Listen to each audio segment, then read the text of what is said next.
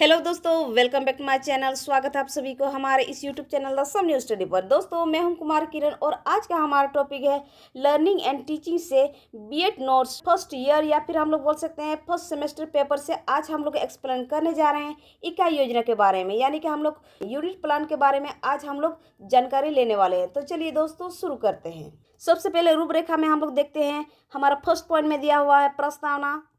Second में हमारा दिया हुआ है इकाई योजना का अर्थ एवं परिभाषाएं। थर्ड में हमारा दिया हुआ है इकाई योजना की आवश्यकता। फोर्थ में हमारा दिया हुआ है इकाई योजना के लाभ। 5 में हमारा दिया हुआ है इकाई योजना की विशेषताएं। 6 में हमारा दिया हुआ है इकाई योजना के दोष और हमारा लास्ट में दिया हुआ है निष्कर्ष। तो चलिए दोस्तों, इंट्रोडक्शन को सबसे पहले देख लेते हैं। कोई भी अध्यापक को अपने अध्यापन की सफलता के लिए इकाई योजना की एक सही योजना बनाना बहुत जरूरी होता है। किसी भी अध्यापक के लिए उसके अध्ययन की सफलता के लिए इकाई योजना बनाना उसके लिए बहुत जरूरी हो जाता है। नेक्स्ट हमारा दिया हुआ है इकाई योजना बनाने से कोई भी अध्यापक के लिए बहुत उत्साहपूर्वक तथा फलदायक अनुभव हो सकता है। दोस्तों, इकाई योजना के बन जाने से यानी एक टीचर के लिए उत्साहपूर्वक तथा फलदायक अनुभव हो सकता है। नेक्स्ट हमारा दिया हुआ है इकाई योजना बनाने के लिए यह हमारी जरूरी है कि अध्यापक में शैक्षिक योग्यताएं, हम लोग कह सकते हैं सभी शिक्षक श्रेणी में उसके लिए शैक्षिक योग्यताएं, समाजीय एवं व्यावसायिक मूल्य, अध्ययन का ज्ञान, विषय वस्तु का ज्ञान और शैक्षिक विधियों का भी ज्ञान होना चाहिए। ये सारी क्वालिटी एक शिक्षक में होनी चाहिए। चलिए दोस्तों, नेक्स्ट हम लोग देखते हैं किसी विषय वस्तु के लिए एक इकाई को उप इकाई यानी कि हम लोग बोल सकते हैं सब यूनिट में बांटकर उस इकाई यूनिट को पढ़ाने की जो योजना है उसे इकाई योजना कहते हैं।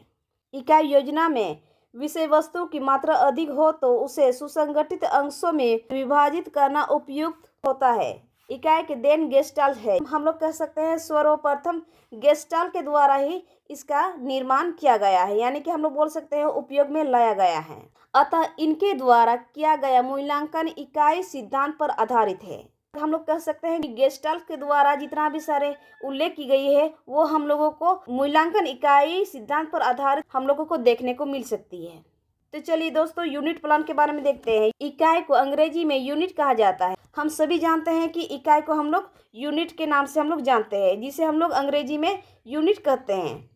नेक्स्ट हमारा दिया हुआ है इकाई योजना को शिक्षण क्रिया में शामिल करने का श्रेय शिकागो विश्वविद्यालय के प्रोफेसर H.C. मॉरिसन को दिया जाता है।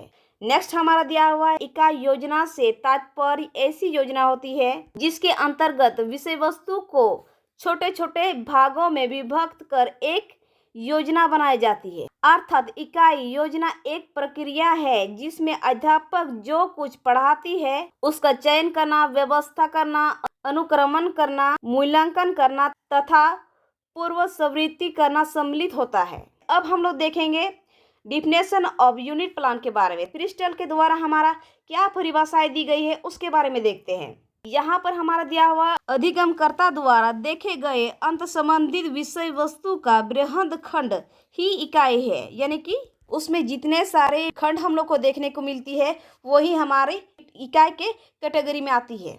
चलिए देखते हैं। मॉरिसन के अनुसार हमारा दिया हुआ है इकाई वातावरण, संगठित विज्ञान, कला या आचरण का व्यापक एवं महत्वपूर्ण अंग है जिसे सीखने से व्यक्तित्व में सामंजस्य आ जाती है। यानी कि हम लोग कह सकते हैं मॉरिसन के अनुसार हमारा कहा गया है कि जितना भी सारे व्यापक एवं महत्वपूर्ण अंग होते हैं उसे सीखने से व्यक्तित्व में सामंजस्य आ जा रही है। सैमफोर्ड के अनुसार में हमारा दिया हुआ है सावधानी पूर्वक चयनित विषय वस्तु की रूपरेखा जो अधिगमकर्ता के अनुरूप हो उसे इकाई कहते हैं। यानी कि इसके द्वारा जितने सारे विषय वस्तु की रूपरेखा है जो अधिगमकर्ता के अनुरूप हो रही है उसे ही इसके अनुसार इकाई कहा गया है। नेक्स्ट हमारा दिया हुआ है NCERT के अनुसार इनके द्वारा क्या परिभाषाएं दी गई है उसके बारे में देखते हैं। इकाई एक निर्देशात्मक युक्ति है जो छात्रों को समन्वित रूप से ज्ञान प्रदान करती है। इनके द्वारा यह परिभाषाएं दी गई है कि जितने भी निर्देशिक युक्ति है जो छात्रों को समन्वित रूप में ज्ञान प्रदान कर रही है उसी को ये इकाई मानते हैं। नेक्स्ट हमारा दिया हुआ है इकाई योजना की आवश्यकताएं। इकाई योजना की क्या आवश्यकताएं होती है उसके बारे में देखते हैं। इकाई योजना की आवश्यकताएं निम्नलिखित है। चलिए देखते हैं। पॉइंट 1 में हम लोग देखते हैं शिक्षण को व्यवहारिक रूप प्रदान करने के लिए इकाई योजना की आवश्यकता होती है। सेकंड पॉइंट में हमारा दिया हुआ पाठ को सरल, स्पष्ट, रुचिकर एवं आकर्षक बनाने के लिए पाठ योजना की आवश्यकता होती है। सबसे पहले हम लोग पाठ योजना की निर्माण करते हैं, तभी हम लोग किसी भी सब्जेक्ट सरल, स्पष्ट और रुचिकर, साथ ही हम लोग आकर्षक बना सकते हैं। पॉइंट 3 में हमारा दिया हुआ इकाई योजना के द्वारा शिक्षक कक्षा में जाने से पूर्व तैयारी कर लेता है। जब टीचर को कक्षा में प्रवेश करनी होती है तो उससे पहले क्या करते हैं, इकाई योजना के तहत वो फुल तैयारी कर लेते हैं। पॉइंट 4 में हमारा दिया हुआ है इकाई योजना बनाने के दौरान कक्षा में शिक्षण की क्रियाओं एवं सहायक सामग्री की पूर्ण जानकारी हो जाती है। पॉइंट 5 में हमारा दिया हुआ है इकाई योजना के द्वारा प्रस्तुतिकरण का क्रम एवं पाठ्य वस्तु के रूप में निश्चित कर लिया जाता है। पॉइंट 6 में हमारा दिया हुआ है इकाई योजना शिक्षण उद्देश्यों एवं परीक्षण परिस्थितियों को निर्धारित करती है। इसके द्वारा हम लोग शिक्षण में भी और उसके उद्देश्य एवं परीक्षण परिस्थितियों को भी अच्छे से निर्धारित कर सकते हैं। दोस्तों आज हम लोग इस चैप्टर को यहीं तक रखते हैं, फिर जल्द मिलेंगे इसके बचे हुए पार्ट के साथ। दोस्तों उम्मीद है आपको यह वीडियो पसंद आया होगा। वीडियो पसंद आए तो वीडियो को लाइक और चैनल को सब्सक्राइब जरूर कर दें, साथ ही बेल आइकन को भी प्रेस कर दीजिएगा ताकि आने वाले नए वीडियो के नोटिफिकेशन आप तक जल्द से जल्द पहुंच सके। Thanks for watching this video.